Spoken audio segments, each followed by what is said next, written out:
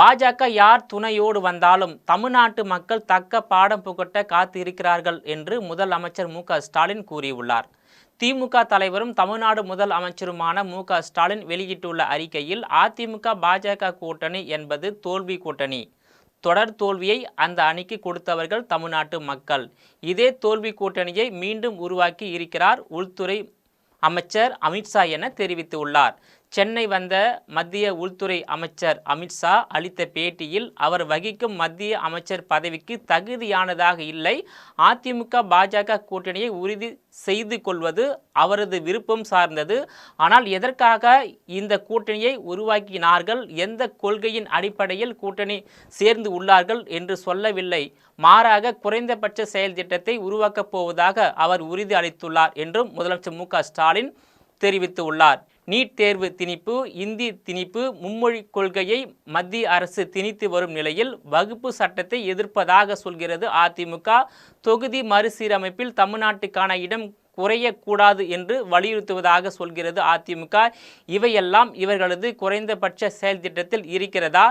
இது எதை பற்றியும் உள்துறை மந்திரி பேசவில்லை. அதிமுக தலைமையும் அவர் பேச அனுமதிக்கப்படவில்லை. மாறாக திமுகவையும் திமுக அரசையும் என்னையும் விமர்சிப்பதற்கு மட்டும் அந்த பத்திரிகையாளர் சந்திப்பை பயன்படுத்தி இருக்கிறார் உள்துறை மந்திரி என்பதை பார்த்தவர்கள் அறிவார்கள் என்பதை சுட்டிக்காட்டியுள்ளார்.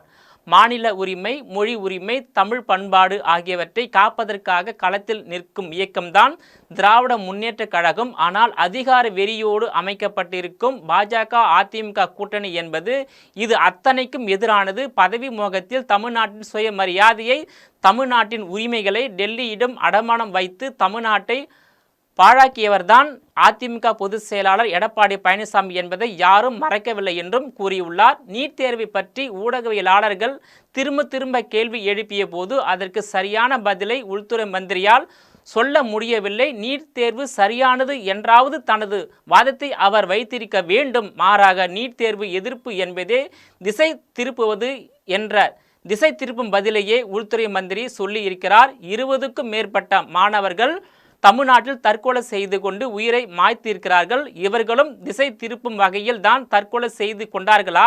இங்கு மட்டுமல்ல, பீகாரிலும் மாணவர்கள் தற்கொலை செய்துள்ளார்கள். இதற்கு உள்துறை மந்திரி என்ன சொல்கிறார் என்று தமிழக முதல்வர் மு.க.ஸ்டாலின் கேள்வி எழுப்பியுள்ளார். 5 மாநிலங்களில் நீட் தேர்வு முறைகேடுகள் தொடர்பாக சிபிஐ வழக்கு தாக்கல் செய்து விசாரணை நடத்தி வருவதும், மாணவர்கள் சிலரும் பெற்றோர்கள் சிலரும் கைது செய்யப்பட்டுள்ளது உள்துறை மந்திரிக்கு தெரியுமா? சிபிஐ யாருடைய கட்டுப்பாட்டில் இருக்கிறது? விசாரிக்கவும் அதன் பிறகு நீட் தேர்வு எதிர்ப்பு என்பது திசை திருப்புவதற்காக சொல்லப்படுகிறதா, மருத்துவ கல்வியை காப்பதற்காக சொல்லப்படுகிறதா என்பதை உள்துறை மந்திரி அறிவார். உள்துறை அமைச்சகத்தை கையில் வைத்திருக்கும் ஓர் மந்திரி தமிழ்நாட்டில் சட்டம் ஒழுங்கு சீர்குலைவு என்று வாய்க்கு வந்தபடி பேசியிருப்பது கடும் கண்டனத்துக்கு உரியது. இது மணிப்பூர் அல்ல, தமிழ்நாடு தான் என்பதை உள்துறை மந்திரிக்கு நினைவூட்டுகிறேன். 1.5 ஆண்டுகளாக 250 பேர் படுகொலை செய்யப்பட்ட மாநிலத்தை பாஜக ஆண்டது. அங்கே போய் அமைதியை நிலைநாட்ட முடியாத உள்துறை மந்திரி அமைதியான மாநிலத்துக்குள் வந்து அமைதியை குலைக்க பார்க்கிறார். அமைதியான மாநிலம் என்பதால் தான் அனைத்து வகையிலும் முன்னேறி வருகிறது தமிழ்நாடு. இதனை மத்திய அரசின் புள்ளி விவரங்களே ஒப்புக்கொள்கின்றன. ஆனால் சட்டம் ஒழுங்கு மோசம் என்று உள்துறை மந்திரி பொறுப்பற்ற வகையில் பீதியை கிளப்பியுள்ளார் என்றும் குற்றம் சாட்டினார். அதிமுகவுடன் கூட்டணி என்று அறிவித்த மேடையில் ஊழலை பற்றி உள்துறை மந்திரி பேசிய காட்சியை பார்த்து தமிழ்நாட்டு மக்கள் சிரிக்கவே செய்வார்கள். ஊழலுக்காக 2 முறை முதல் அமைச்சர் பதவியை விட்டு விலக வைக்கப்பட்டவர் ஜெயலலிதா. பெங்களூரு சிறப்பு நீதிமன்றத்தில் பல ஆண்டுகளாக நடைபெற்ற வருமானத்துக்கு அதிகமான சொத்து குவிப்பு வழக்கில் 4 ஆண்டு சிறை தண்டனை பெற்றவர் ஜெயலலிதா.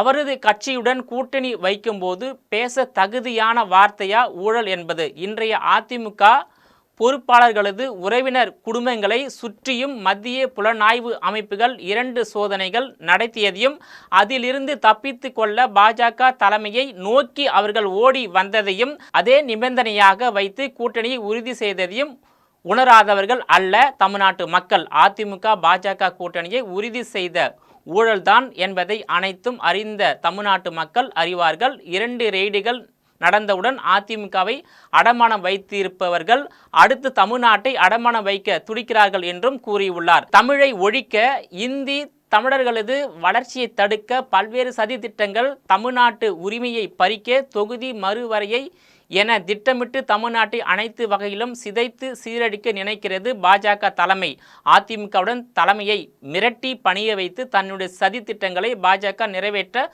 பார்க்கிறது. பாஜக தனியாக வந்தாலும் எவர் துணையோடு வந்தாலும் தமிழ்நாட்டு மக்கள் தக்க பாடம் புகட்ட காத்திருக்கிறார்கள்.